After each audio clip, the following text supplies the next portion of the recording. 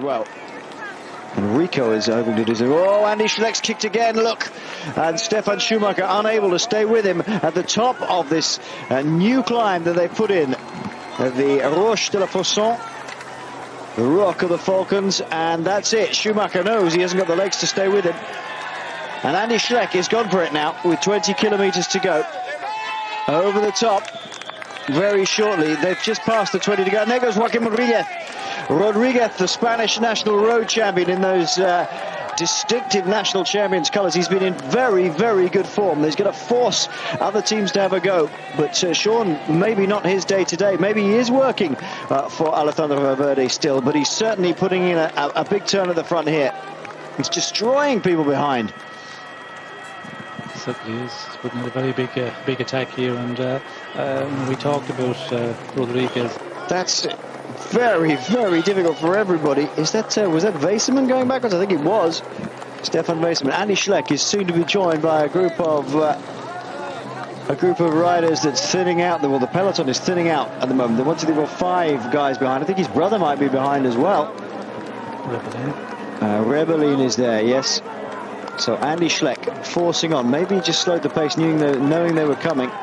Been given the order to do that, I think. Yes, as you can see here, he's just opening it again. So he's been told that his brother Frank was coming up, and he seems to be injecting a bit of pace once again. We can see the gap is just creeping out a bit more from the rivals, trying to just make contact here. Andy Schleck. Au moment du passage sur la côte de la Roche-aux-Faucons, Andy Schleck, 23 ans, va porter une terrible accélération. Derrière, on ne réagit pas. Et Philippe Gilbert sait que le Luxembourgeois va revenir sur lui. Et sur le sommet de cette côte, il va lâcher le Belge. Le Luxembourgeois, 2e du Giro 2007, 4e donc de Liège-Bastogne-Liège en 2008, ou encore 2e de la Flèche le mercredi précédent, va lâcher les chevaux. Quel spectacle! Et va être pris donc le Néerlandais avant la Roche-aux-Faucons. D'ailleurs, dans l'ascension de 1600 mètres à 10%, la Roche-aux-Faucons, Andy Schleck, vainqueur en 2009, et Gilbert 4e de cette même édition, ont décidé de lancer les hostilités. Alberto Contador. The riders talked about it. We saw the way Maxime Montfort was setting the pace as fast as he could go towards its climb, ready to launch his tough, steep mile, average gradient. Vinokourov in trouble on the climb. A little bit of a problem behind. We haven't seen him, but changed his bicycle. He's on the bike there to Biglinski's. There is Andy Schleck on the back of this little breakaway. Here's a replay. Let's see what happened to Vinokourov.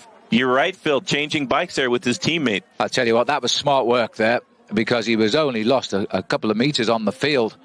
But I don't know what's taking the time. Biglinski had to adjust his own bike to give it to him. That's interesting. Well, this is Gasparotto now come to the back as this powerful trio are just ripping through a corridor of noise up towards the leaders. The Italian flag being stuffed in the ear of Gasparotto. It will not help deafen the sound of this crowd. Frank Schleck going deep now. That's Gasparotto desperately trying to hang on. Greg van Avermaet trying to do his best with Jerome Pinot. This is a huge acceleration. You get used to a certain tempo, and when it's twice that fast. Вспомнились братья Шлек, кроме того, что попадали в кадр поначалу. И вот эта атака после преодоления предпоследней горы. Ла Рош-Фусон на спуске атакует Нибали в своем стиле. Et uspevает набрать. Mais c'est surtout dans la Roche-aux-Faucons que Domenico Pozzovivo et Julian Arredondo tentent leur chance. Derrière, Kreuziger et Nibali tentent de revenir en contre. Malheureusement, ils seront... La côte de la Roche-aux-Faucons pour que le peloton n'explose définitivement après l'attaque de Roman Kreuziger. Gianpaolo Caruso de la Katusha déjà devant dans la Flèche Wallonne, lui aussi emboîte le pas. Les deux hommes sont vite rejoints par Jacob Fugel. La Roche-aux-Faucons ici, 11% de dénivellation moyenne offre l'occasion à Stéphane Rossetto de rejoindre son coéquipier en tête avant de le déposer. Le coureur Cofidis Solutions Crédit en équipe pour un beau numéro de... Yes, it does open up for attacks, but is there anybody capable of attacking? Here we go. And we've got movement. We have movement from Quickstep. Is this Philippe Gilbert? Yes. Certainly looks like it should be Philippe Gilbert. Now going away. Quickstep cleverly sit on the front. And who is going to chase? So Gilbert on the front and now on his wheel. And it's Tom Dumoulin being forced to chase it. So now he's going to carry on riding. Gilbert, I don't think, can hold the wheel here. Now Bob Youngles is the man that's been sent up the road to chase for Quickstep. Woods is in third wheel for EF Trapak, the Canadian rider, who this year, by the way, is targeting general classification at the Giro d'Italia. So you'd think that his form is approaching the point it needs to be at. And this is the front of the race now, with Bob Youngles having one more climb to go. So the race has finally broken open. It's taken a long, long time. Attacking at the front, behind. At the moment, they're letting him go. Wellens up the road, the only man left up the road. Oh, and he's got nothing now. Doesn't look like he's going to add to those 26 career wins today. And Fulsang on the left-hand side puts in a first proper dig. But look at Alaphilippe. Alaphilippe can't follow. Alaphilippe does not have it. He's drifting back now. Alaphilippe losing the wheel as well as Bardet can follow. This is not looking good for Alaphilippe. There's Adam Yates at the bottom of your picture as well. Number 37 is Dylan Turns. And this is Fulsang, followed by Woods. There's Davide Formolo. And then there's a gap to Nibali as well. He can't follow. Fulsang putting the pressure on. It looks as if Woods is gone. Fulsang is putting the pressure on. And Woods.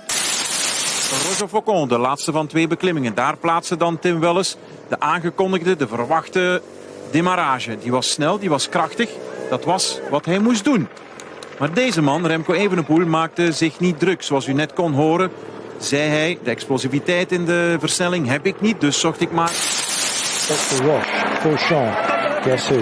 Alaphilippe, always hiding in full view it seems, launched his expected attack, followed by Hershey and latterly Roglic and Pogacar, along with Mikhail Kwiatkowski. Well, the pole was to be dropped, however, closer to the finish. But it was to be a quartet of talent that went for it.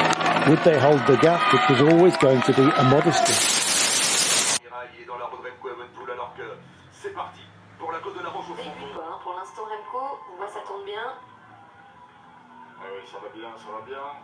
Il ne sait toujours rien, Remco Evenepoel. Et c'est Michael Woods qui a attaqué derrière avec la sauce. Dylan Turns, Hirschi. Daniel Felipe Martinez, on est à fond. Valverde, allez, Vlasov va y aller. Armirail Kakali. Rapide au sprint peut-être, à qui il reste encore un peu des... Il est impressionnant, un peu plus loin avec Benoît. Et les fumigènes sont de sortie, le public est devenu fou. Le public est en transe.